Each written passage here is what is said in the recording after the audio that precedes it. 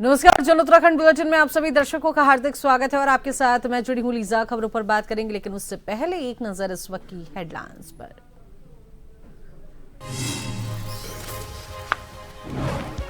Uttarakhand high court के नए chief justice होंगे मनोज कुमार गुप्ता। वर्तमान में इलाहाबाद हाईकोर्ट में हैं पदस्थ न्यायाधीश जी नरेंद्र की लेंगे जगह।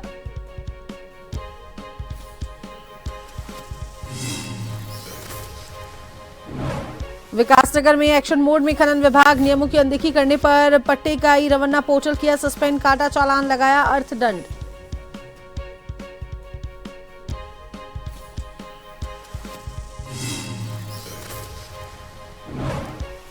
नाबार्ड वित्त पोषित पॉली हाउस स्थापना को लेकर कृषि मंत्री ने की समीक्षा बैठक। सब्जी और फूलों की खेती के बड़े क्लस्टर विकसित करने के निर्देश। माली भर्ती के लिए आवेदन की तिथि भी बढ़ाई।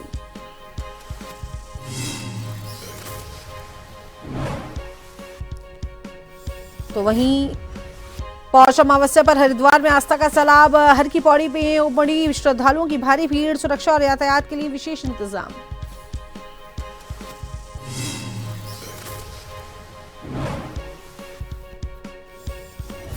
देवभूमि में फिर बदला मौसम का मिजाज। देहरादून, हरिद्वार, उधम सिंह नगर, नैनीताल सहित कई जिलों में कोहरे का येलो अलर्ट जारी। 22 से 24 दिसंबर तक प्रदेश भर में शुष्क मौसम रहेगा।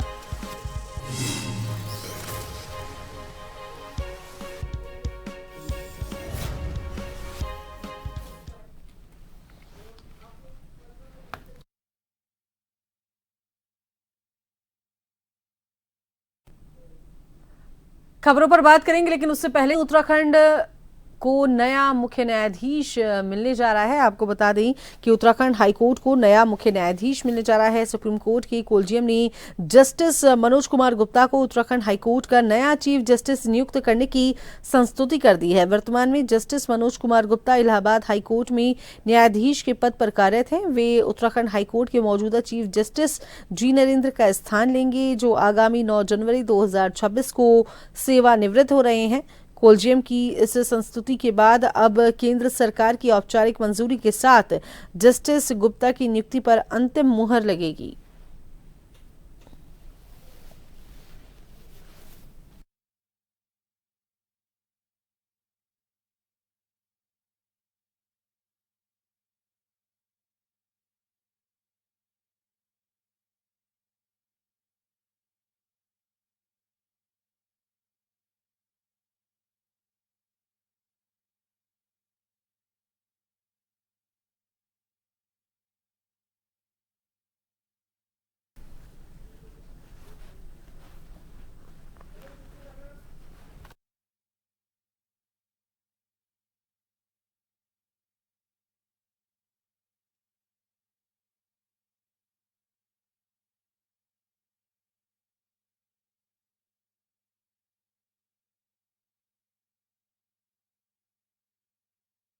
जी नरेंद्र की जगह लेंगे जस्टिस मनोज कुमार झा। वर्तमान में इलाहाबाद हाईकोर्ट में वो पदस्थ हैं,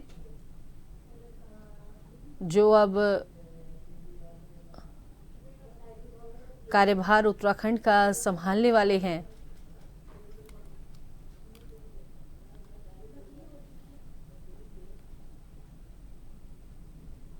उत्तराखंड हाईकोर्ट के लिए नए चीफ जस्टिस होंगे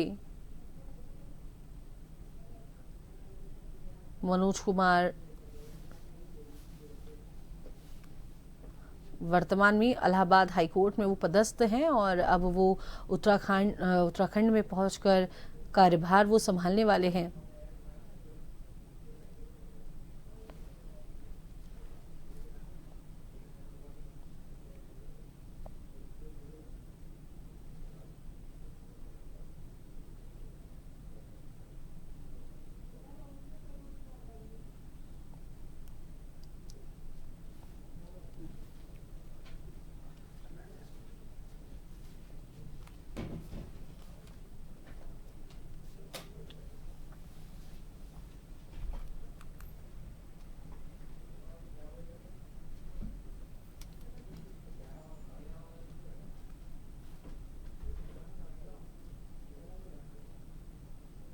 उत्तराखंड हाईकोर्ट को नए चीफ जस्टिस मिलने वाले हैं। तो खबर पर विस्तार से जानकारी साझा करने के लिए हमारे साथ संवाददाता शैलेंद्र पांडे फोन लाइन पर जुड़े हैं। तो शैलेंद्र, उत्तराखंड हाईकोर्ट को नए चीफ जस्टिस मिलने वाले हैं, क्या कुछ खबर पर अपडेट है? हाँ लीजिए, आपको बताते हैं कि उत्तराखंड में हाईकोर्ट के नए जस्टिस का नाम सामने आ गया है, जो जस्टिस मनोज कुमार गुप्ता जो होंगे अगले उत्तराखंड हाईकोर्ट के नए चीफ जस्टिस होंगे। अभी ये इलाहाबाद हाईकोर्ट में है और कल इनके नाम की घोषणा जो मुख्य सचिव हैं उन्होंने कल उनकी घोषणा हो चुकी है।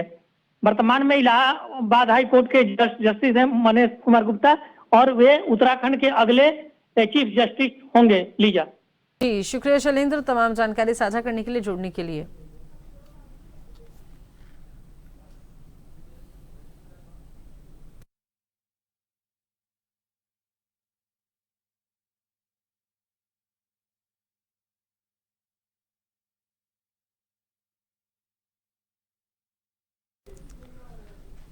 चंपावत जिले के बाराकोट क्षेत्र में एक बड़ा हादसा हो गया। बाराकोट से तल्ला बापरू की ओर जा रही एक ऑल्टो कार बैक करते समय अनियंत्रित होकर करीब 100 मीटर गहरी खाई में जा गिरी। हादसे में कार सवार 2 युवक गंभीर रूप से घायल हो गए। सूचना मिलते ही जिला पंचायत सदस्य योगेश जोशी के नेतृत्व में स्थानीय युवा मौके पर पहुंचे और पुलिस को इसकी सूचना दी। बाराकोट चौकी से पुलिस टीम घटनास्थल पर पहुंची। अंधेरे और दुर्गम हालात के बावजूद पुलिस और युवाओं ने खाई में उतरकर दोनों घायलों को बाहर निकाला।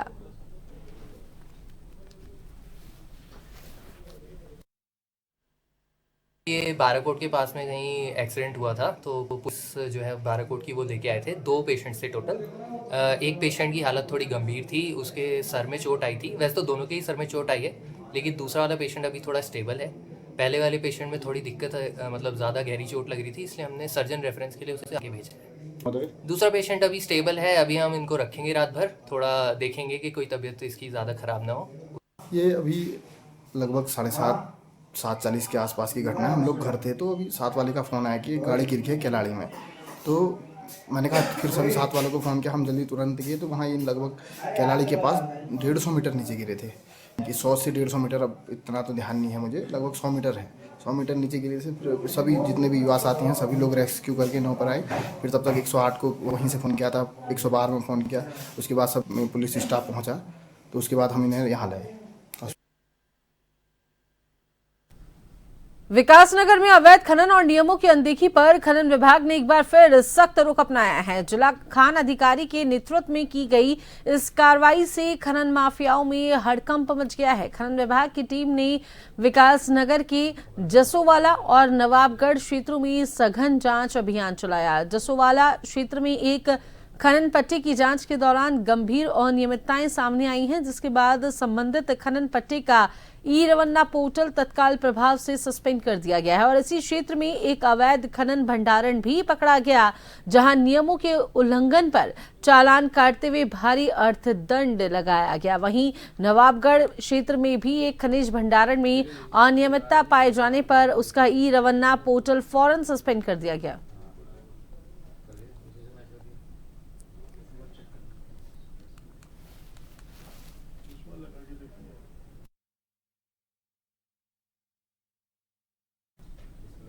उत्तराखंड उच्च न्यायालय के आदेश पर वर्ष 2013 में गठित जोगेश्वर मंदिर प्रबंधन समिति में नियमों के अनुपालन और पारदर्शिता से जुड़े गंभीर सवाल उठने लगे हैं। हाईकोर्ट द्वारा स्वतः संज्ञान लेकर गठित इस समिति के आदेशों का पालन न होने पर अब रजिस्ट्री में जनहित याचिका दायर की गई है। याचिका में प्रबंधक और उपाध्यक्ष पद लंबे समय से रिक्त होने, पुजारी प्रतिनिधि का कार्यकाल पूरा होने, समिति को आरटीआई के दायरे में न लाने और बिना पूर्ण सहमति प्रस्ताव पारित करने के आरोप लगाए गए हैं।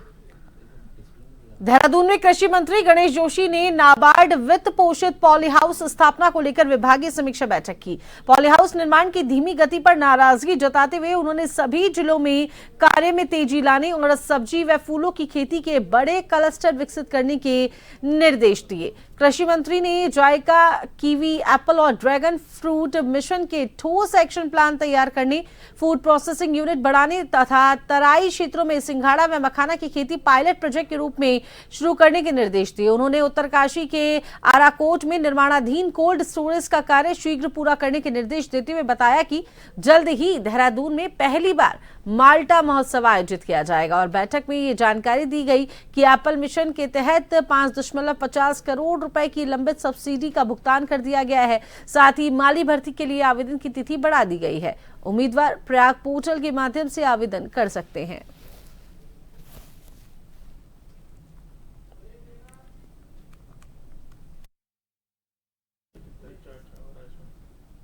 तो चलिए इसी बीच वक्त तो चला एक छोटे से ब्रेक का।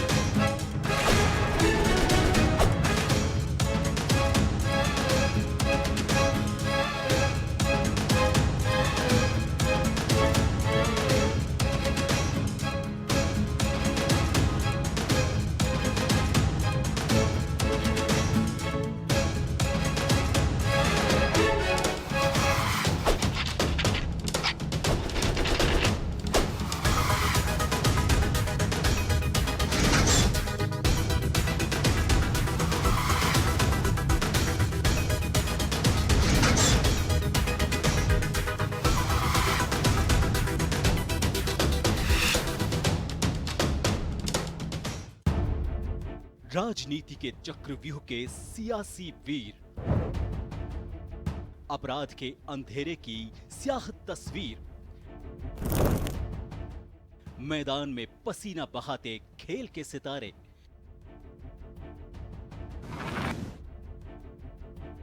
मनोरंजन की दुनिया के गॉसिप गलियारे, शिक्षा की रोशनी से होता भविष्य उजियारा, अर्थव्यवस्था हो या ऊपर नीचे होता मार्केट का पारा, हर हलचल पर नजर रखते हमारे खबरों के जांबाज। हम हैं जन टीवी, जन जन की आवाज।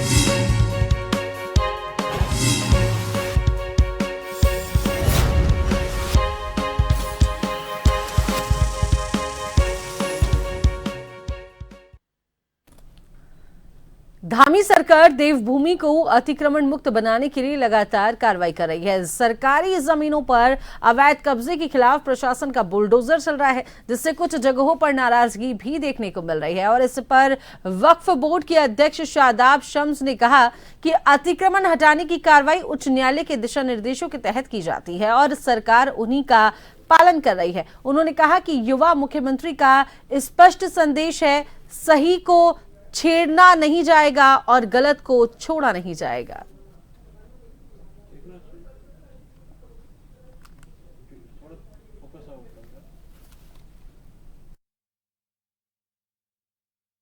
देखिए, मैं कह रहा हूं किसी भी तरह का अतिक्रमण, किसी भी तरह के अवैध कब्जे जब होते हैं तो उन अवैध कब्जों को हटाने के लिए माननीय न्यायालय की तरफ से, उच्च न्यायालय की तरफ से लगातार दिशा निर्देश मिलते हैं और जब दिशा निर्देश मिलते हैं तो सरकारें उसके खिलाफ कार्रवाई करती हैं। और मेरे युवा मुख्यमंत्री का मत बिल्कुल स्पष्ट है, सही को छेड़ना नहीं है और गलत को छोड़ना नहीं है।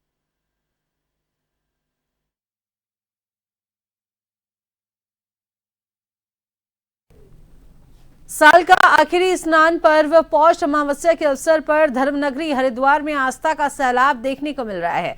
देश के कोने कोने से बड़ी संख्या में श्रद्धालु मां गंगा के पावन तट पर स्नान के लिए पहुंच रहे हैं। हर की पौड़ी सहित सभी प्रमुख घाटों पर तड़के सुबह से ही श्रद्धालुओं की भीड़ उमड़ पड़ी। गंगा स्नान के बाद श्रद्धालु दीपदान, दान पुण्य और विधि विधान से पूजा पाठ कर रहे हैं।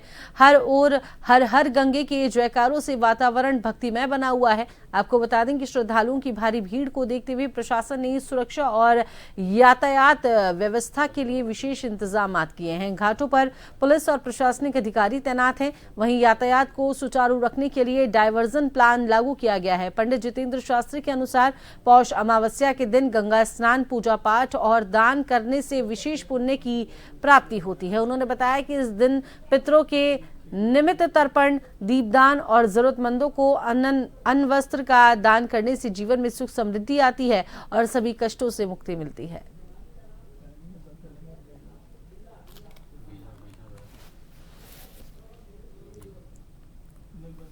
अपने पितरों की मुक्ति के लिए, पितरों को उद्धार करने के लिए आज अमावस्या के दिन प्रातः काल से ही लोग गंगा जी का स्नान कर रहे हैं। स्नान करने के बाद जो भी श्रद्धालु जानते हैं वो आज अपने पितरों की मुक्ति के लिए, मोक्ष के लिए श्री गंगा जी के तट पे तर्पण, पूजन, पिंडदान, श्राद्ध कर्म करके अपने पितरों का आशीर्वाद प्राप्त कर रहे हैं। जो भी श्रद्धालु गंगा जी के तट पे आकर के आज के दिन पितरों के लिए पिंड दान करते हैं, तर्पण करते हैं, उनके पितरों की मोक्ष मिल जाती है तथा पितरों के आशीर्वाद से उनके घर में मान सम्मान, यश, कीर्ति की वृद्धि होती है तथा मनवांछित फल की प्राप्ति होती है। ऐसा लोगों में श्रद्धा, आस्था, विश्वास है। इसलिए आज के दिन पिंडदान पूजा, श्राद्ध कर्म पूजा करने से मनवांछित फल की प्राप्ति होती है। अमावस पे हमारे पितरों को याद किया जाता है। पितरों के लिए अमावस का दिन विशेष होता है।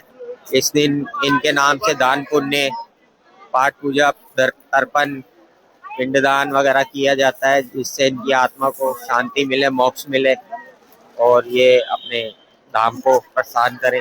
जी, बहुत अच्छा लगा। गंगा में स्नान करने से पाप धुलते हैं कहते हैं, लेकिन जो शरीर के तो धुल जाते हैं, अंदर के विचारों के पाप इंसान को खुद को धोने पड़ते हैं। प्रदेश में मौसम का मिजाज बदला हुआ है। मौसम विज्ञान केंद्र ने आज उत्तराखंड के कई जिलों में घने कोहरे को लेकर येलो अलर्ट जारी किया है। देहरादून समेत हरिद्वार, उधम सिंह नगर, नैनीताल, चंपावत और पौड़ी जिले में घना कोहरा छाने की संभावना जताई गई है। वहीं उधम सिंह नगर और हरिद्वार जिले के कुछ इलाकों में शीत दिवस की स्थिति बने रहने के आसार हैं। मौसम विभाग के अनुसार पर्वतीय क्षेत्रों में 20 और 21 दिसंबर को बारिश के साथ ऊंचाई वाले इलाकों में बर्फबारी हो सकती है और इसके बाद 22 से 24 दिसंबर तक प्रदेश भर में मौसम शुष्क रहने का पूर्वानुमान है।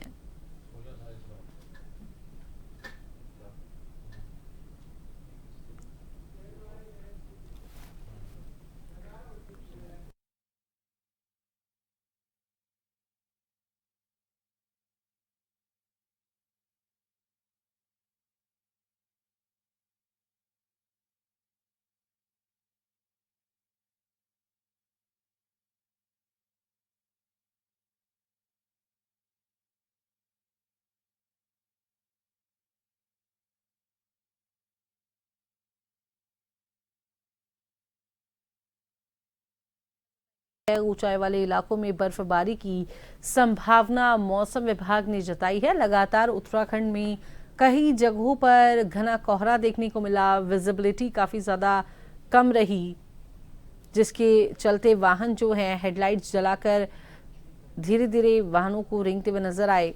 तो वहीं इस कोहरे के चलते लोगों को ठंडक का एहसास ज्यादा रहा।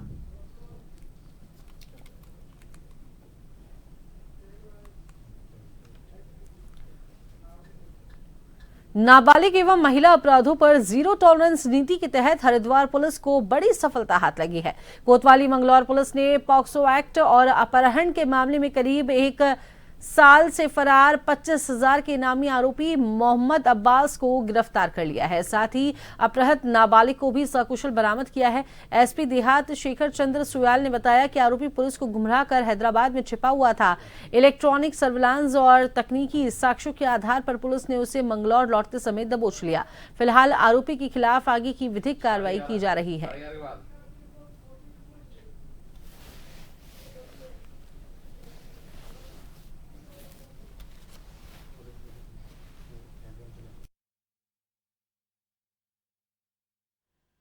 सवा साल पहले 2024 में एक मुकदमा दर्ज हुआ था पोक्सो सेक्शन में और अपहरण में, जिसमें एक 14.5 साल की अपहृता को एक बंदा जो परिजनों ने बताया कि ये व्यक्ति उसको भगा के ले गया है, अपहरण करके ले गया है।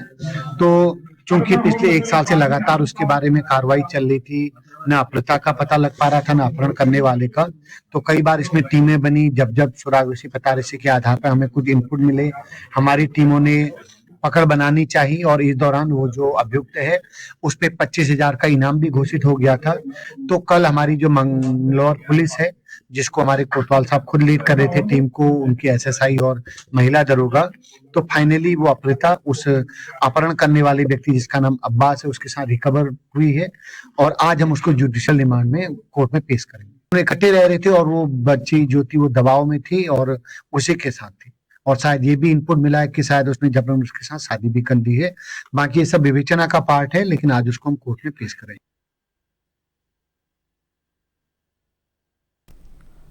प्रदेश की व्यावसायिक शिक्षा, कौशल विकास एवं उद्यमशीलता राज्य स्वतंत्र प्रभार कपिल देव अग्रवाल ने नई दिल्ली स्थित भारतीय जनता पार्टी के केंद्रीय कार्यालय में टेक्निक नियुक्त राष्ट्रीय कार्यकारी अध्यक्ष आदि में संगठनात्मक दायित्व के लिए हार्दिक बधाई एवं शुभकामनाएं प्रेषित की हैं। मंत्री कपिल देव अग्रवाल ने कहा कि संगठन की मजबूती ही भारतीय जनता पार्टी की सबसे बड़ी ताकत है।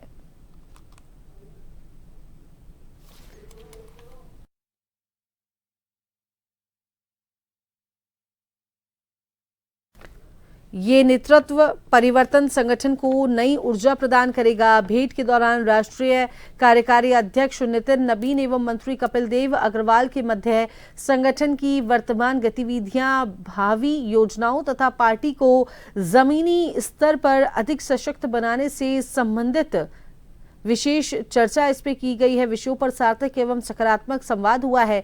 बैठक में संगठन विस्तार, कार्यकर्ताओं के प्रशिक्षण, जनसंपर्क की मजबूती तथा सरकार की जन कल्याणकारी योजनाओं को आमजन तक प्रभावी रूप से पहुंचाने पर विशेष चर्चा की गई। इस अवसर पर मंत्री कपिल देव अग्रवाल ने नितिन नबीन के अब तक के संगठनात्मक अनुभव एवं नेतृत्व क्षमता की सराहना करते हुए विशेष उन पर विश्वास व्यक्त किया। उनके कुशल मार्गदर्शन में भारतीय जनता पार्टी संगठनात्मक दृष्टि से और अधिक सुदृढ़ होगी तथा सेवा, सुशासन और विकास के साथ नई ऊंचाइयों को प्राप्त करेगी।